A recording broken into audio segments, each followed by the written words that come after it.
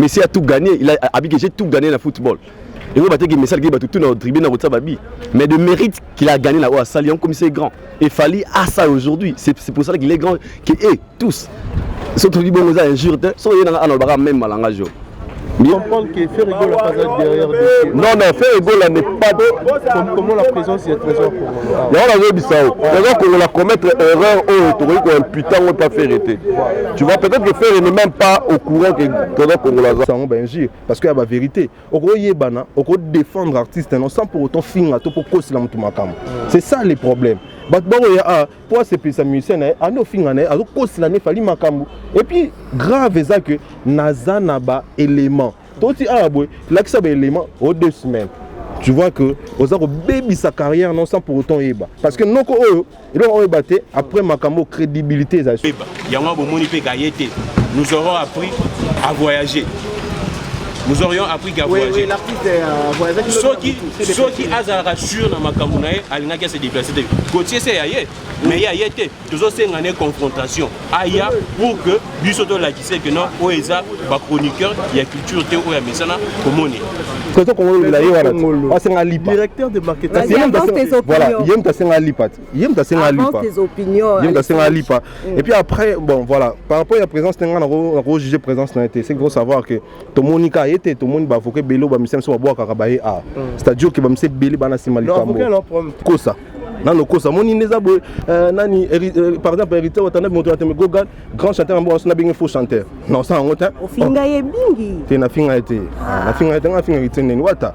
Na finga été, na la vérité. La vérité. Na finga été. On va on T'es na belle peka solo. T'es mutala peka solo ya fifi sur ya ngata.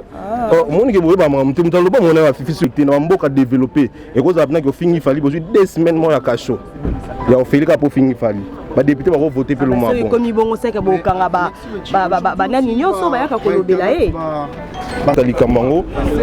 il y a le coup à Bakar preuve, on a une souci parce que n'a pas raté que Aigle a le Kuta. Alexis, Aigle a le Kuta, on a le Kuta Aigle ah mais malheureusement tout le monde est monté.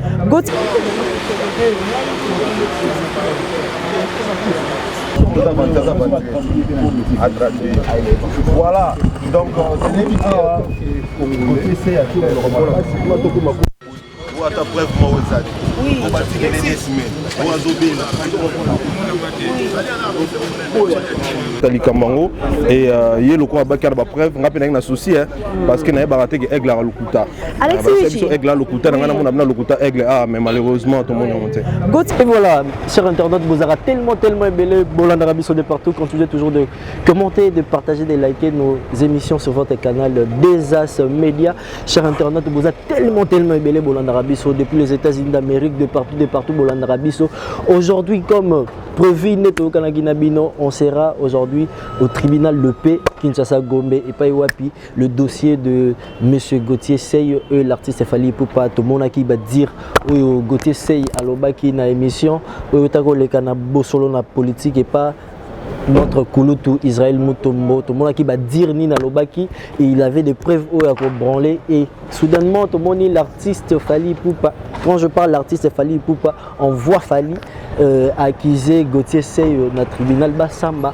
Gauthier Sey à brandir prévenir sur il y a Biloko tout à Lobaki et aujourd'hui arrivé au lieu parce que Kinshasa pesa na réalité n'a autant commis déjà les procès et ça qui déjà fini mais toujours une information selon les dires il y a Gauthier Sey et ses avocats balobi ba pesa bango encore 2 semaines pour réunir encore preuve de l'affaire est renvoyée dans 2 semaines encore ne besoin plus de détails toujours quelques intervenants Tomoni Alexis Wechi Tomoni négociel Azaki wana tout le monde presque bato belé ba pese intervention na bango et restez toujours branchés sur votre canal Desas Media bolanda ba image merci beaucoup.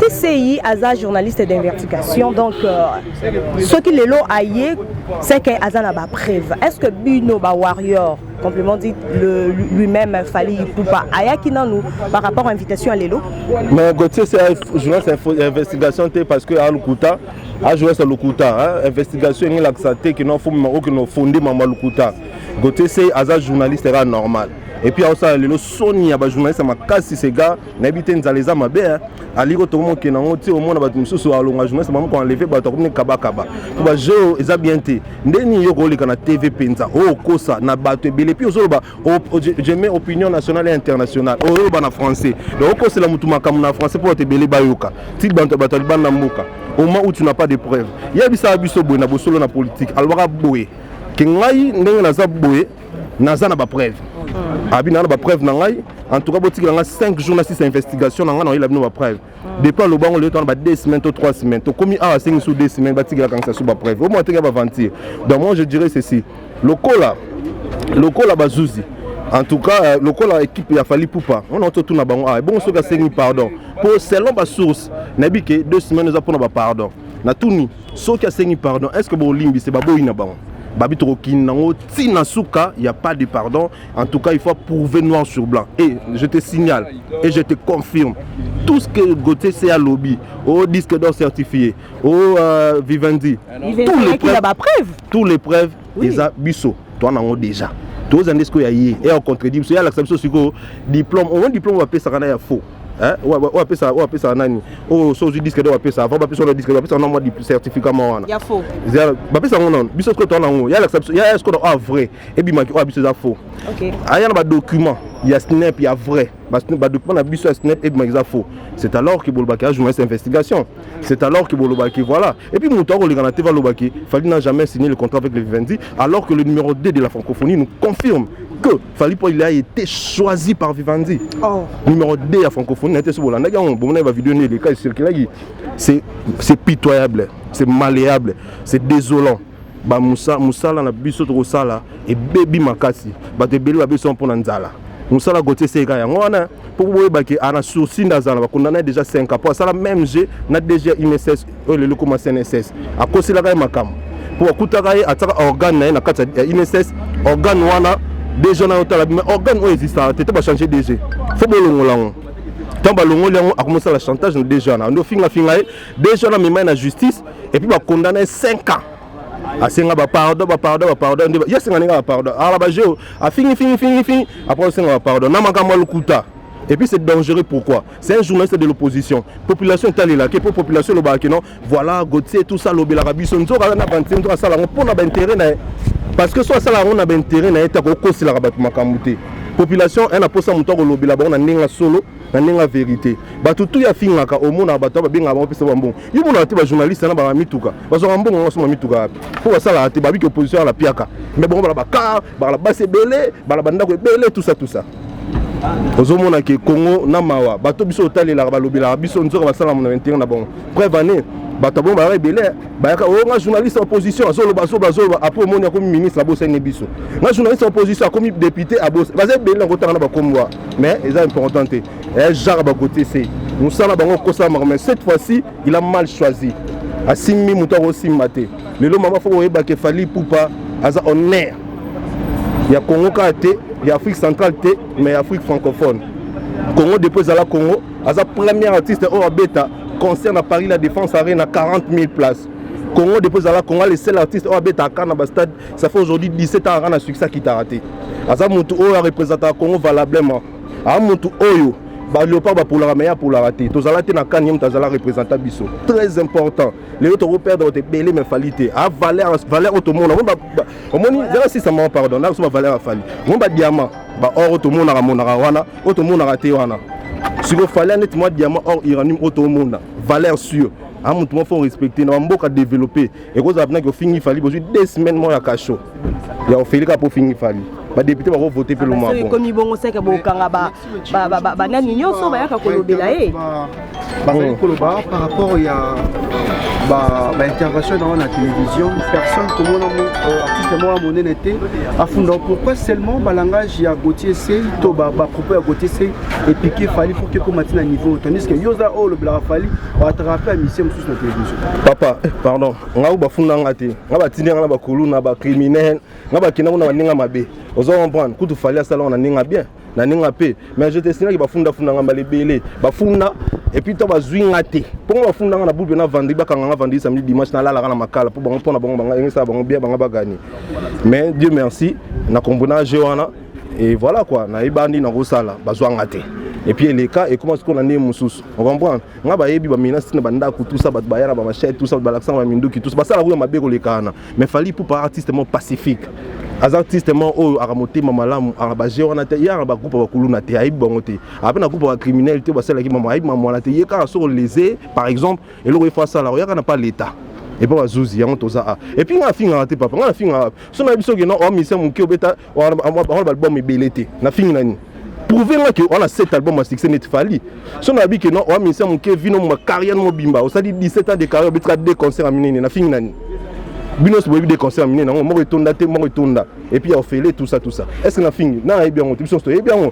so na esi bino que non on ça la collaboration minene te ba yebi te na niveau international oza local na fini nani est-ce qu'on a au fini et au final bon on m'a des chambres salon ils appellent des chambres salon na solo on a on contacté on comprend ben oui parce que yo bon mo diembela mikolo au final kutu na finga nani bon me la preuve que na finga et ça vérité biso to la musique kaka musique au monde ngate na nokosa na nokosa moni neza bo nani par exemple hérité watana moto ateme gogan grand chanteur en bon na bien faux chanteur non ça on au finga ye bingi te na finga été na finga été na finga été neni wata na finga na la vérité na finga été on va na finga tete na belle peka solo te mutala peka solo ya fifi siwa ngata moni ke boyeba ma mutalo ba mona ya fifi siwa ngata ngalo ba so to moli peka bo si na sukana muta memo muta transformant ko comme ça bonga ngata de bolati sango ka ngamba mamo boy mutalo ba muta finga ya mo nani fiwa kana he wala ngomba ngala lo bango te on est bien bolati sango comme on la salate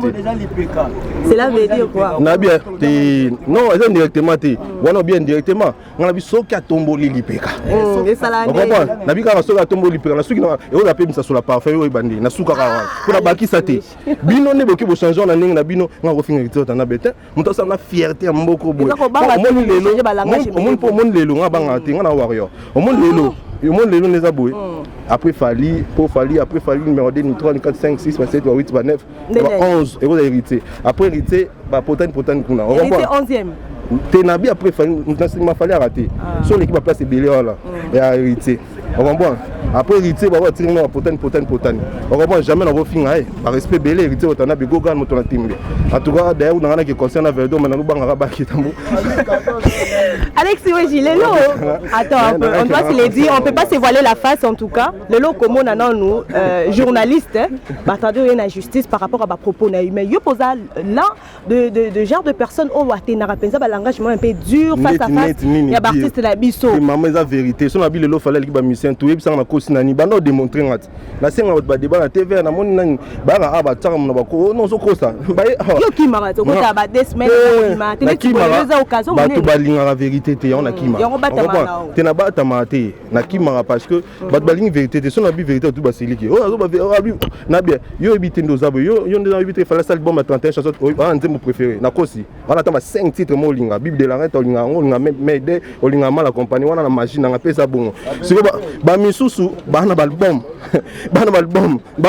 na terrain a ata 4 nzemo ebeta te na kosi nani so na bi bon bosiliki on comprend c'est-à-dire que biso to finga te fali poupa aza mutu oyo alinga biloko wana te fali aza mutu ya paix mais aza pe sous guerrier on comprend nous sommes là pour défendre l'artiste parce que il y a un moment où tout comme ça fali des papiers mutu zo wana tonga ina finga ka fali biso so to finga te total ça na clair et net lelo mutaleki fali azati mama mutu to Paris la défense arena na 40 000 places na sala on pena to lo bato to ba to bo pexation na to bo pexation to ba magam o ezabongo c'est normal te mais to moni be présence ya fali pour pater on a parlé de la justice ils a été mutafundi parce qu'ils ont occupé à Star International ya ko ça va tourner na bandunduté ala ba temps belé te ya ça va tourner partout na minto à fois qu'il est Paris il faut préparer concert donc il faut to beta des dates en Ouganda date mon na Tanzanie au moni biso ko ça rater to ba na date so peto sala donc ya na tana te ba fundi ya pays te ba fundi ba to ba se sentir lésé za équipe na ye mais on a fallu pour partir oui ou non mais yo bité ndoza so na linga ko mingi dans ces plans ça so ta fini on a droit ya funda mutwana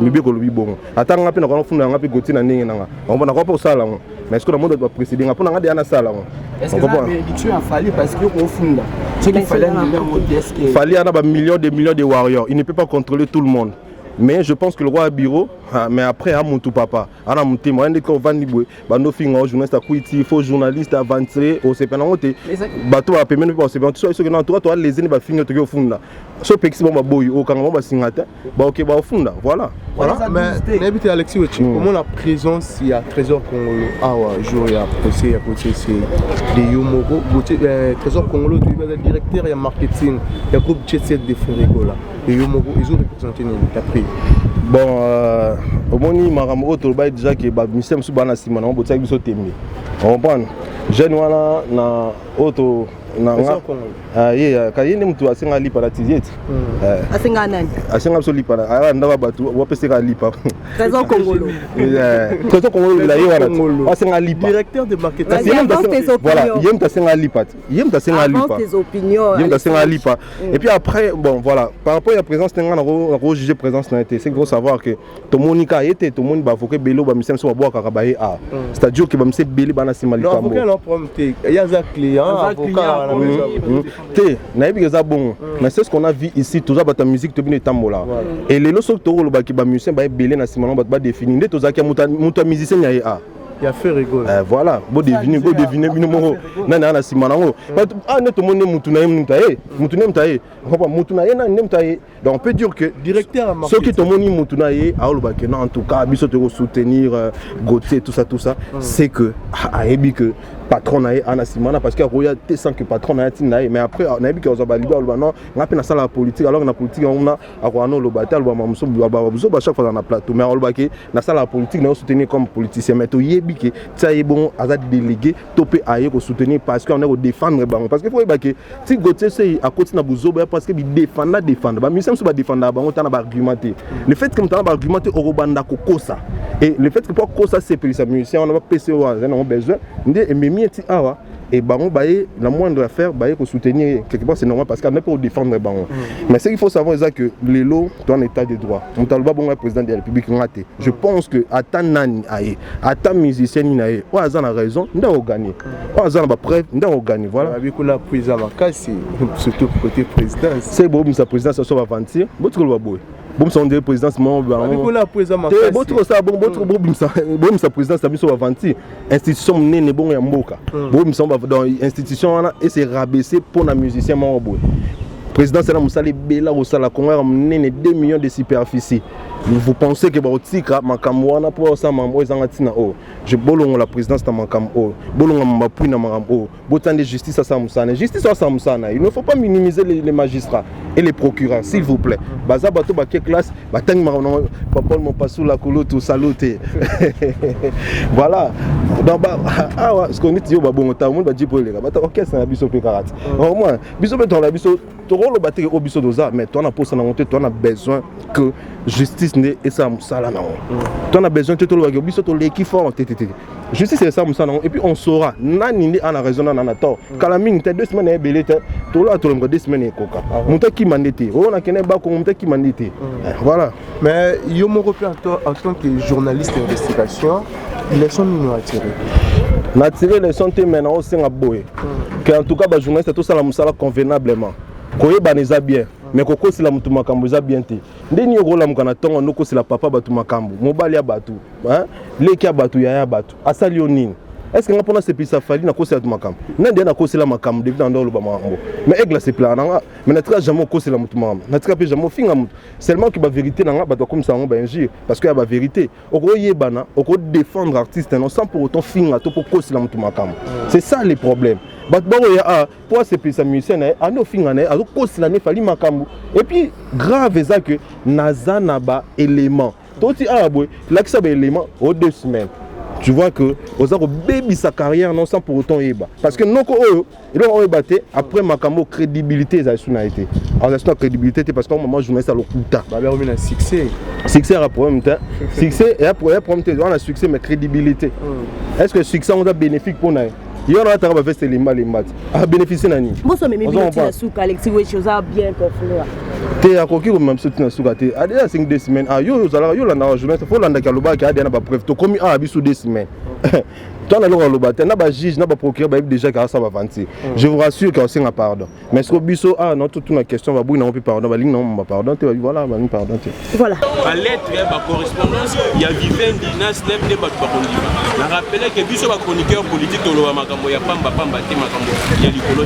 avons des preuves. Si des politiques et des politiciens vont sauter, bateau bakambara mboka, oyo, bango babuakaka, o ba musicien babuakaka, o ba musicien bakena kozala jalelo, basenga mbongo, bakokaka biso te siko yekaka fali, bakokaka biso. Je pense que aza déjà ya robeba, yango bomoni pe gayete. Nous aurons appris à voyager. Nous aurions appris qu'à voyager. Oui, l'artiste a voyagé. Ceux qui azara sur na makambo na ye alinga ki se déplacer. Gauthier c'est aye, mais ya yete. Toujours c'est une confrontation. Aya pour que biso to la kise que non oeza ba chroniqueur ya culture te o ya mesana komoni. C'est toi abazo akize Gauthier c'est nani.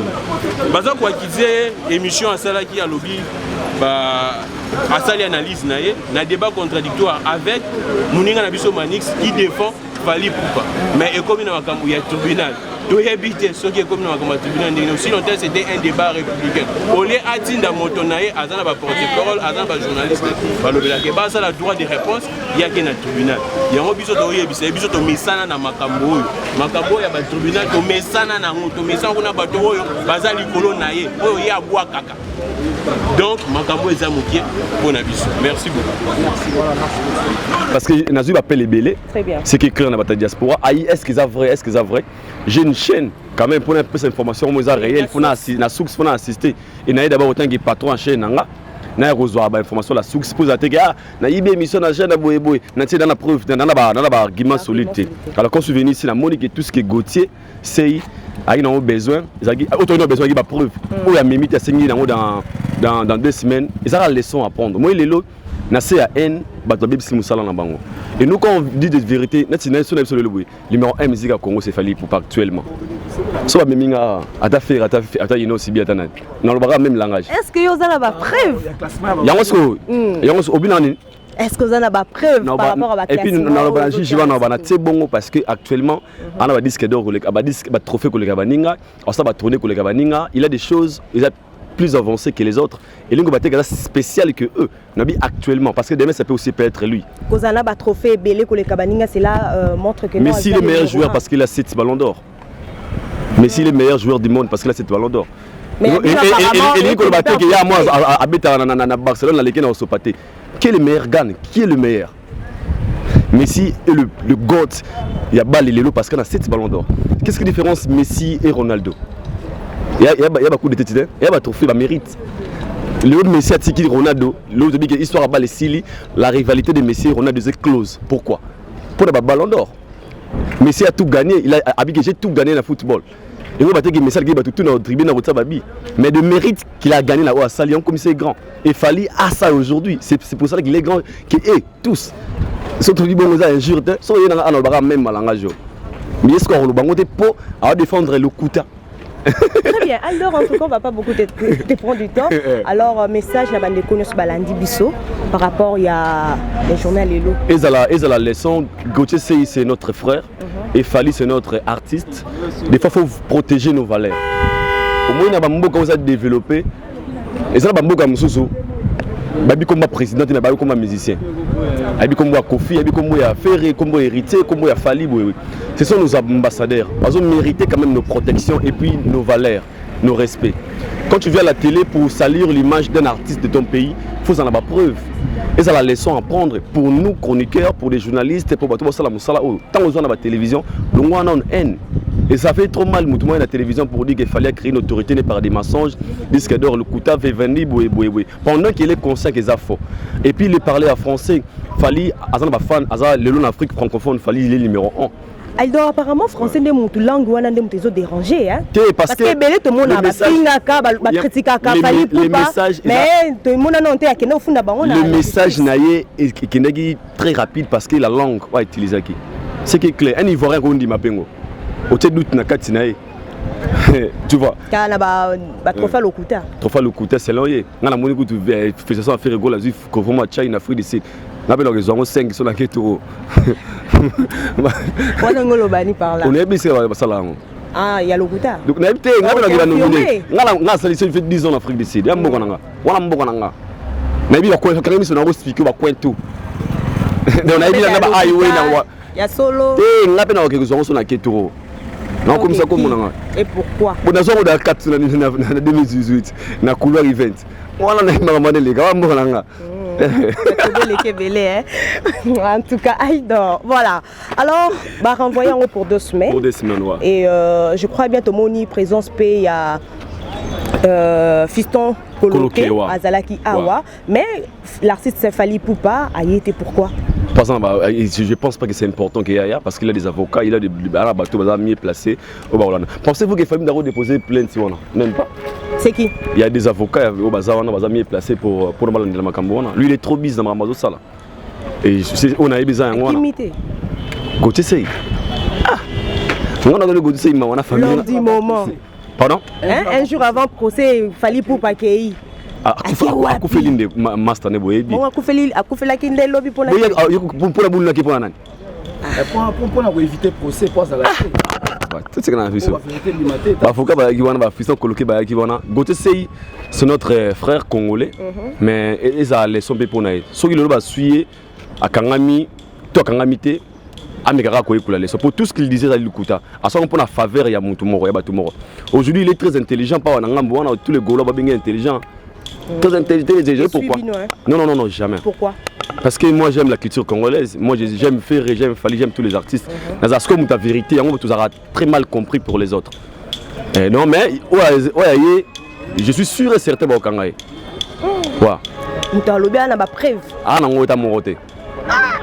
Je mets dans mon tour en défi. Il y a qui à l'exhibition de la télévision. Ouais, ah bah bon après vous savez on peut se faire nanga quand il Fally numéro 1 ya musique congolaise lelo soit beba biminga awa mais c'est on manga awa na défendre pour na ba preuve on a ba argument pour prouver qu'il est le numéro 1 collègue bango tout actuellement parce que tu penses vraiment que Gauthier Sey a un argument et ngwa yeko ayeye moko na preuve avocat ana ngote ana ba preuve te ni milanga na ba preuve te et comment est-ce qu'il y a pardon avocat fera makase mais ça problème te avocat mon toujours a droit il pas défendre na mission ça non innocent a la droit aux avocats tout parce que il y a qui na mission on a soutien belé pourquoi tous les détracteurs de Fally tous les ennemis à Fally baza simanaï on a soutenu parce que Balinga Keye a gagné Fally à Koya et en oubliant que les bossolo ko et Koya raté.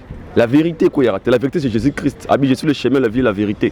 Moutana bossolo zana yezo. Parce qu'il fallait bossolo wan oiza wana oyo créer le kuta. Ata abing bavoka banani. Bakanga Vital Kamerhe. Nambogo. Olobi? Bakangaka. VK namboka o. Après. État de droit. Yamboka mibeko. Si la raison a la liberté, soit la raison de l'article. Très bien, en tout cas, merci beaucoup. Thank you. Voilà. Voilà, je pense que maintenant, on a l'impression partout dans le monde. Dans l'Inga, toujours premièrement, l'impression par rapport à dossier où il retenir par rapport à dossier où on a retenir qu'il y a un monsieur Fally Poupa qui est lésé, on a droit ou à porter plainte à un journaliste Gauthier Sey ou à bimisa une allégation très grave.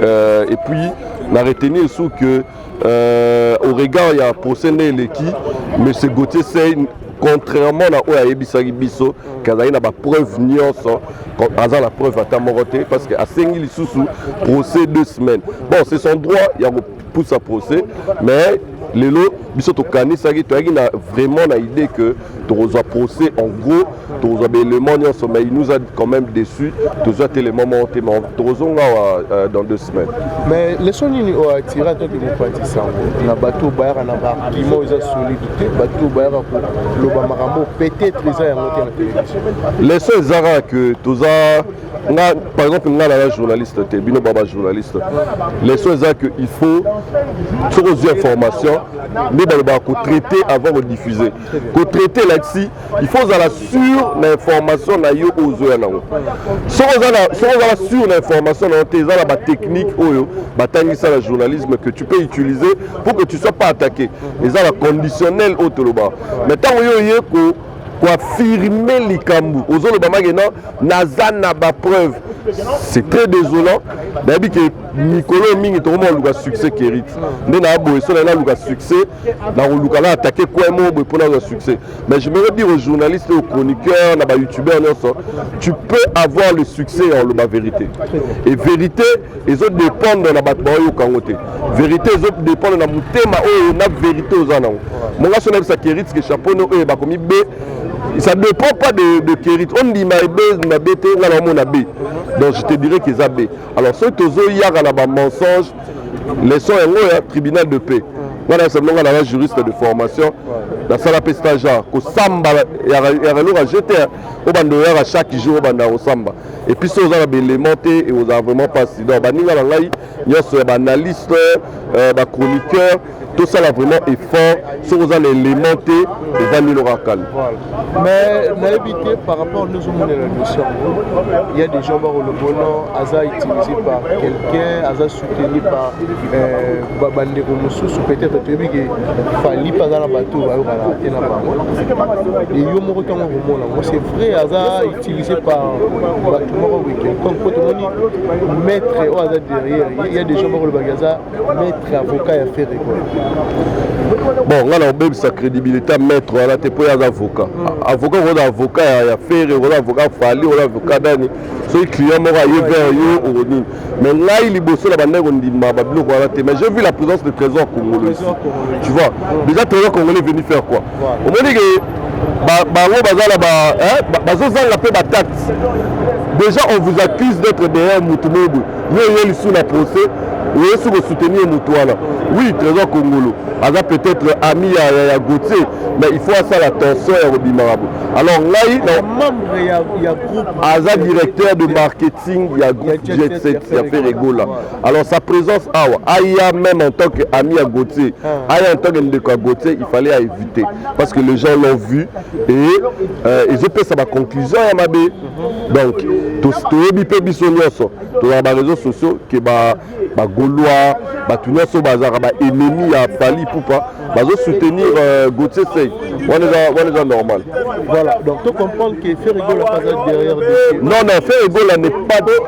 Comment la présence est trésor congolais? Il y a un Bissau. Trésor congolais commettre erreur ou un putain ou pas faire été. Tu vois, peut-être que Ferrigo n'est même pas au courant que trésor congolais. Parce que tant que aux entourage, il y a artiste Moboé, il faut aller par un néani et tambola. Il y a un Bissau comme Soroni à Tate.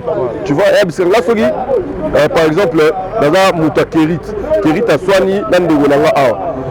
Dans le Lucatana, on a roulé pan de Wonanga. Avant les pan de Wonanga, il faut se rassurer que Kérit va aller à ici. Tu vois, alors, très qu'on a commettre erreur et Luka et salir artiste naï. Pendant que l'artiste naï a un problème monté. Voilà, je pense que nous avons fait ce message marqué la bateau tout bas la Bissau. Monsieur Odé aux hommes.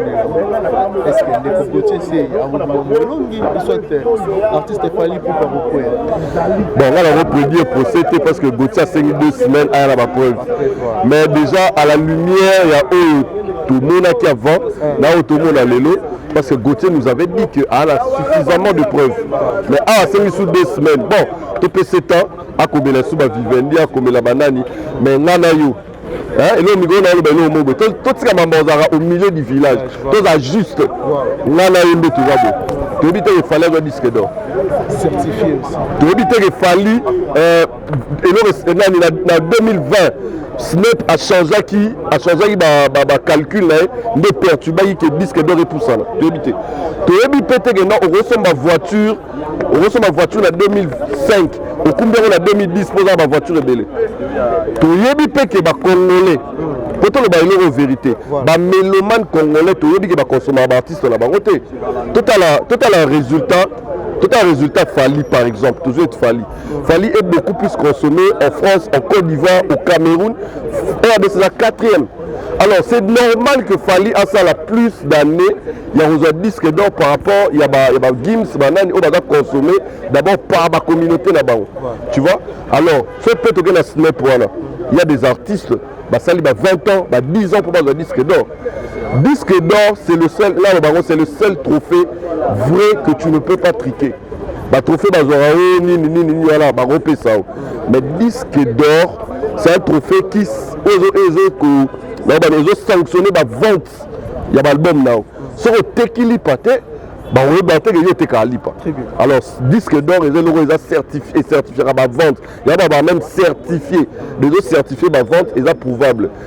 Tout ça, on a besoin de tout. Il y a un disque d'or. On a besoin de coûter en kendo comme la snap. Sur le côté de la snap, beaucoup de bien. Il y a tous les détails. Tous les détails. On va vous montrer tous les détails.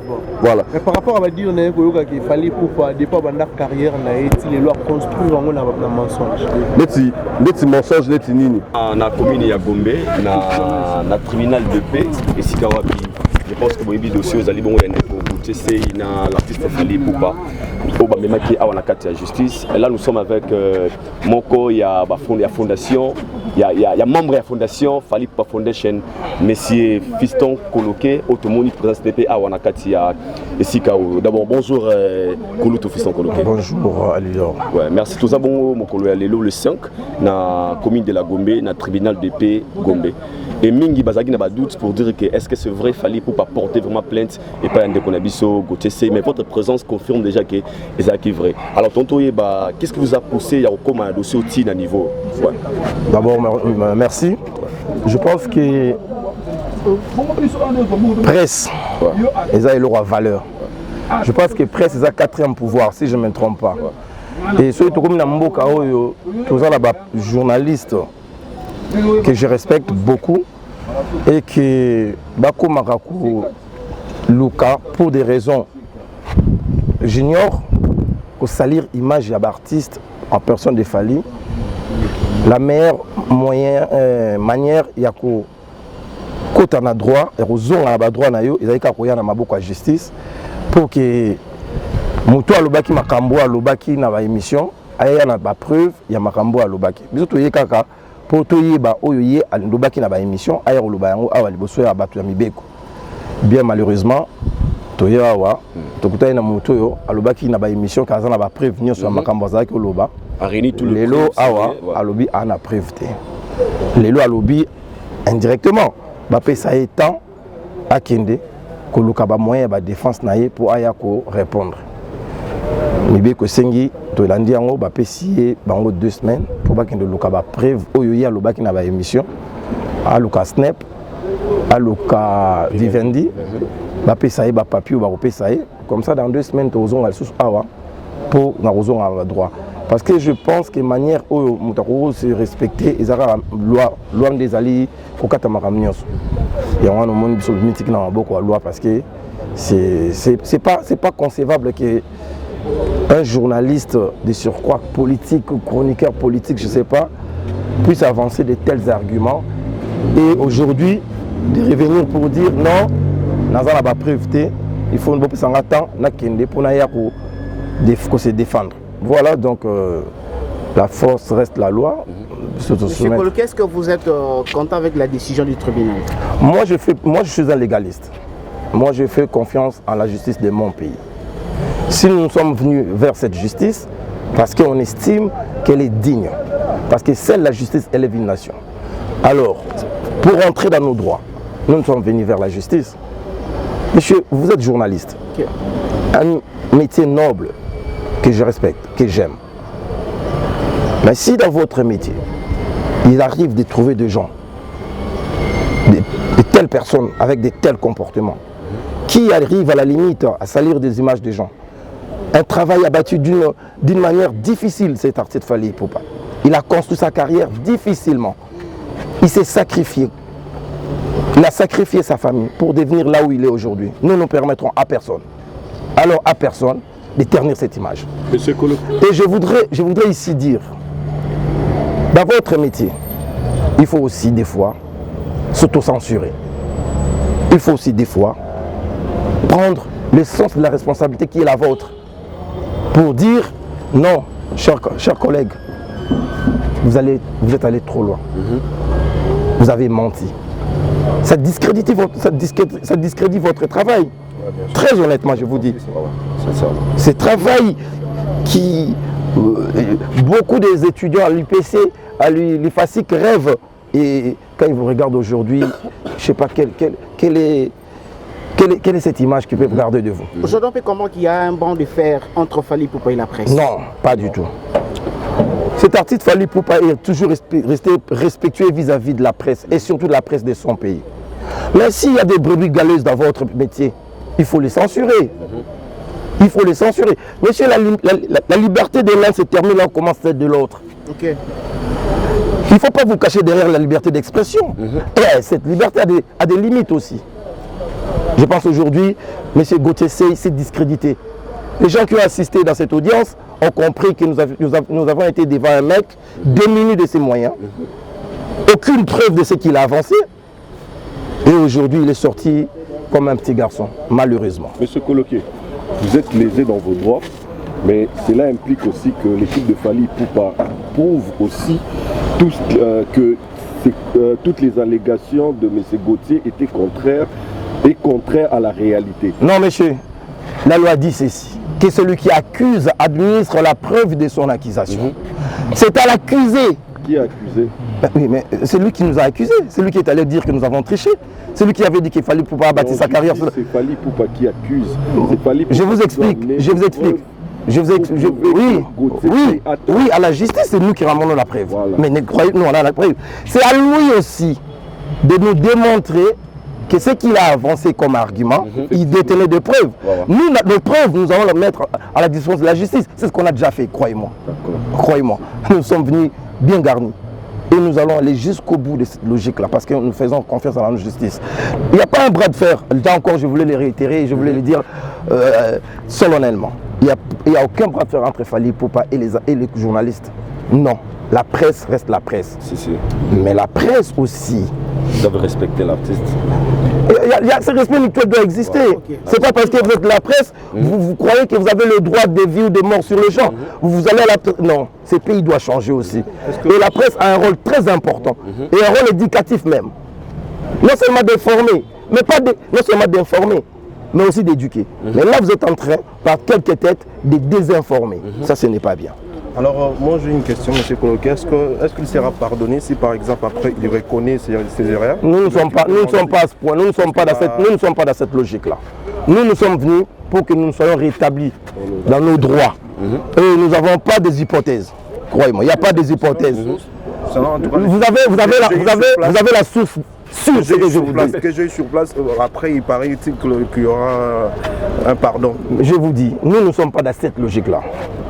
Il faudrait que M. Sey Gauthier administre la preuve de son accusation, de ce qu'il a avancé comme argument. Il faut qu'il le prouve. Et à ce moment-là, c'est à la justice de trancher. Mais nous n'avons pas de plan B. Croyez-moi, il n'y en a pas. Monsieur Coloquet, l'équipe de Fally Ipupa ne touche jamais de youtubeurs.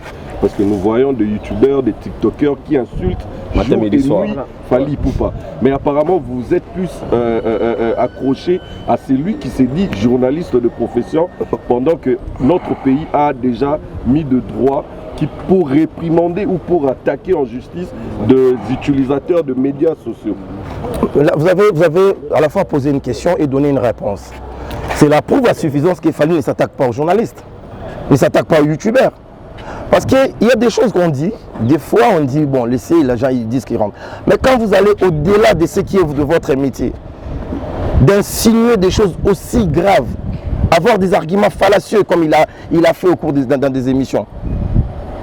Et aussi, vous avez parlé d'un journaliste professionnel. Je l'ai vu exhiber sa carte, a bien même expiré, carte de comment ça s'appelle, UNPC. C'est-à-dire, à un moment donné, cher ami, j'étais devant un professionnel qui prend une information, doit traiter. Dépassons-nous ce travail, messieurs. Dépassons-nous ce travail. Le Congo de demain, nous n'allons pas le construire comme ça.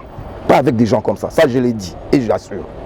C'est là une source sur place, on nous a dit que les avocats du Gauthier Sey, ils ont demandé 2 semaines parce qu'ils n'ont pas trouvé la présence de Fally. Et la présence de Fally était très importante pour eux. Non, c'est faux. Moi, j'étais là, du début à la fin, peut-être vous êtes venu en retard. Voilà, c'est pas ça.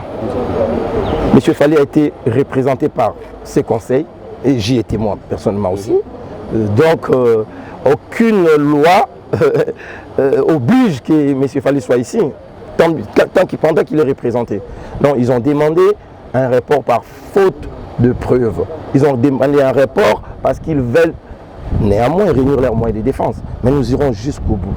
Et ça, croyez-moi, nous allons jusqu'au bout de ces Un mot pour le mélomane de la bonne musique dans l'ensemble.